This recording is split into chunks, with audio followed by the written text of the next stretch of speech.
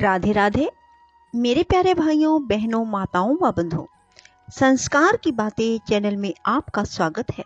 बंधुओं, आज मैं आपको श्रवण करवाने जा रही हूँ आमलकी एकादशी व्रत कथा पूरन पूजा विधि। बोलो विष्णु भगवान की जय, लक्ष्मी माता की जय। आमलकी एकादशी व्रत कथा। होलिका दहन के 4 दिन पूर्व फागुन के शुक्ल पक्ष की इस एकादशी का नाम आमलकी एकादशी है।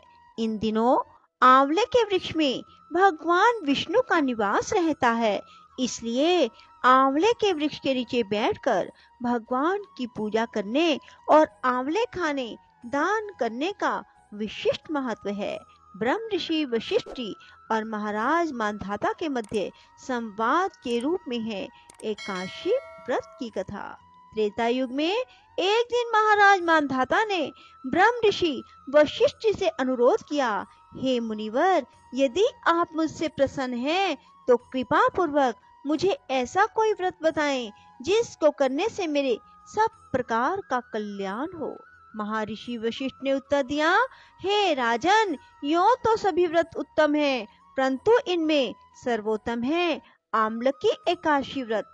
फागुन मास के शुक्ल पक्ष की इस आमलकी एकादशी का व्रत करने से सभी पाप नष्ट हो जाते हैं। इस व्रत को करने से 1000 गायों के दान के बराबर पुण्य प्राप्त होता है। इस बारे में एक कथा मैं आपको श्रवण करवाने जा रहा हूँ। वैदिक नामक एक नगर में ब्राह्मण, क्षत्रिय, वैश्य और शूद्र चारों वर्णों के परिवार आनंद पूर्वक रहा करते थे। वहां पर सदैव वेद ध्वनि गूंजा करती थी।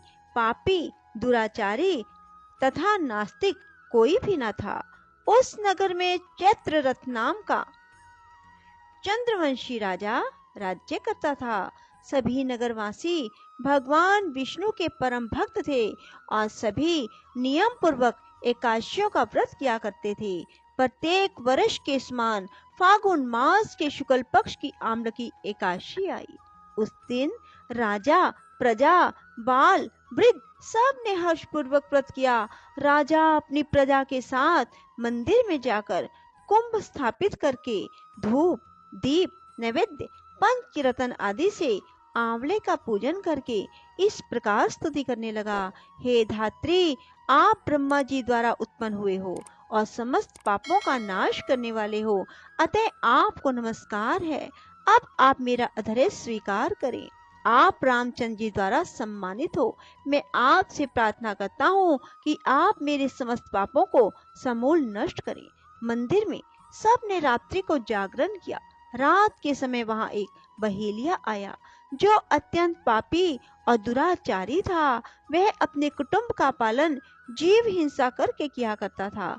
उस दिन उसे कोई शिकार ना मिला, अतः निराहार रहना पड़ा। भूख और प्यास से अत्यंत व्याकुल वह बहेलिया मंदिर के एक कोने में बैठ गया और विष्णु भगवान तथा एकादशी महात्म की कथा सुनने लगा। इस प्रकार अन्य मनुष्यों की भांति उसने भी सारी रात जाग कर बिता दी। प्रातः काल घर आकर उसने भोजन किया। कुछ समय बाद उस बहेलिये की मृत्यु हो गई।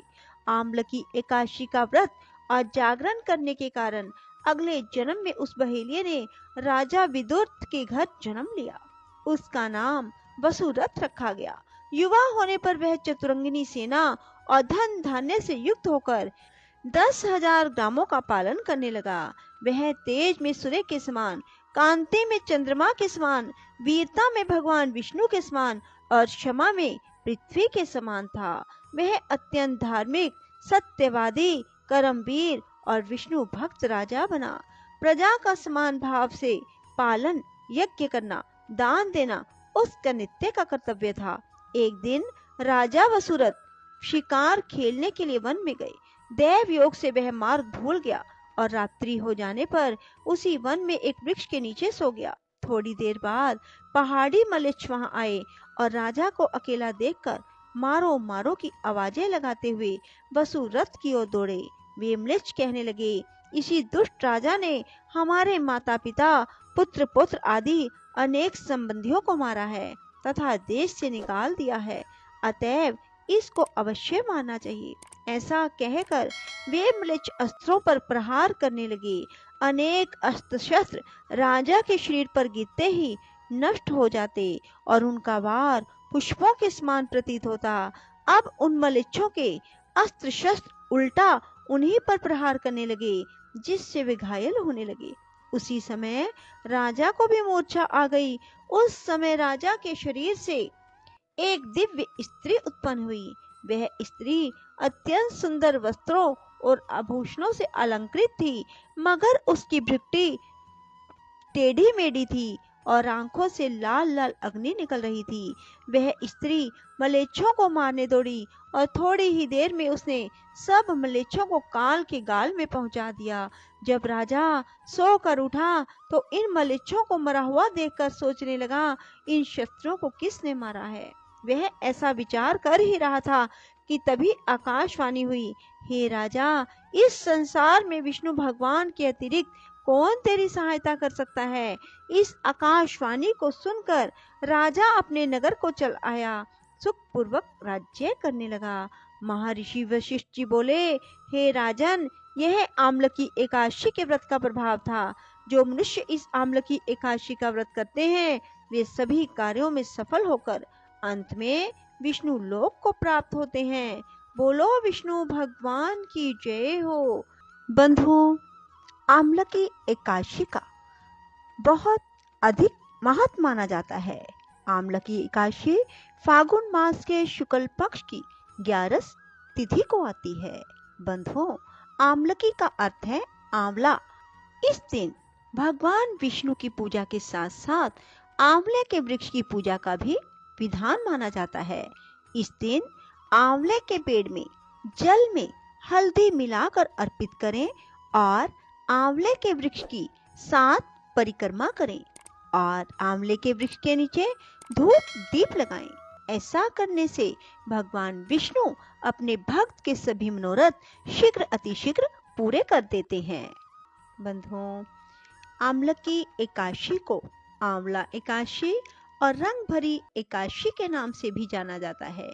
एकादशी व्रत में कथा के बिना पूजन का फल नहीं मिलता है। बंधुओं, आम्लकी एकादशी व्रत करने से जन्म जन्मांतर के पापों से मुक्ति मिलती है और भगवान श्री हरि बेहद प्रसन्न होकर अपने भक्त की हर इच्छा पूरी कर देते हैं और अपने भक्त के जन्म जन्मांतर के बंधन से उसे मुक्त करके उसे विष्णु लोक प्रदान करते हैं। इसलिए बंधुओं, आम्लकी एकादशी का व्रत अवश्य करें। बंधुओं, आम्लकी एकादशी वाले दिन स्वयं भगवान विष्णु मां लक्ष्मी के साथ आंवले के वृक्ष पर निवास करते हैं।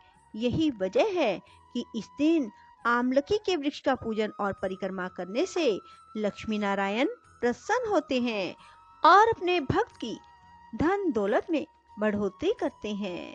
जो मनुष्य भी एकादशी का व्रत करें, वे दशमी की रात को खाना खाने के बाद कुरली अवश्य करें, ताकि दांतों में कोई अनकन फंसा हुआ ना रह जाए।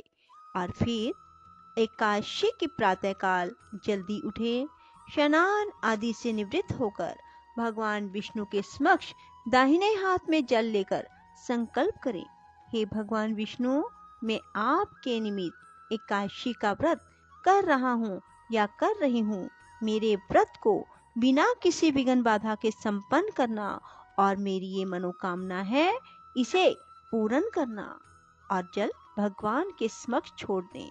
फिर भगवान विष्णु की षोडशोपचार पूजा करें, भगवान को स्नान कराएं, सुंदर वस्त्र पहनाएं, श्रृंगार करें और फिर भगवान के समक्ष शुद्ध देसी घी का दीपक जलाएं, धूप जलाएं, भगवान को फूल अर्पित करें, भगवान को चंदन से तिलक लगाएं। हो सके तो चंदन में केसर मिलाकर तिलक करें। फिर भगवान को तुलसी दल और फल अर्पित करें। फिर भगवान विष्णु की कथा श्रवण करें, एकादशी व्रत कथा श्रवण करें और पूरा दिन भगवान विष्णु के नाम जाप में बिताएं। फलाहार करें, रात्रि जागरण करें। रात को भी भगवान विष्णु के समक्ष एक शुद्ध घी का दीपक जलाएं, भजन करें, कीर्तन करें, भगवान विष्णु की कथा सुनें और प्रातः काल स्नान आदि से निवृत्त होकर ब्राह्मण को भोजन कराएं और फिर स्वयं भोजन करें। बंधुओं, एकादशी के दिन कुछ काम भूल कर भी ना करें। ऐसा करने से आपको एकादशी व्रत का फल नहीं मिलेगा।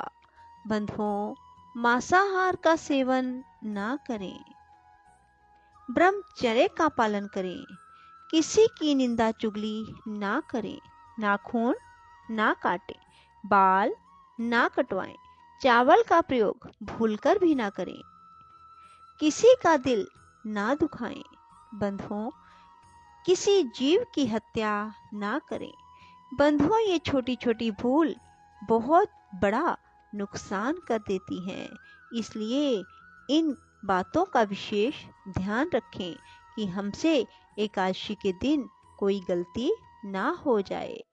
श्रीमन नारायण नारायण हरि हरि, श्रीमन नारायण नारायण हरि हरि, श्रीमन नारायण नारायण हरि हरि, श्रीमन नारायण नारायण हरि हरि, श्रीमन नारायण नारायण हरि हरि, श्रीमन नारायण नारायण हरि हरि, श्रीमन नारायण नारायण हरि हरि, श्रीमन नारायण नारायण हरि हरि, श्रीमन नारायण नारायण हरि हरि, श्रीमन नारायण नारायण हरि हरि, श्रीमन नारायण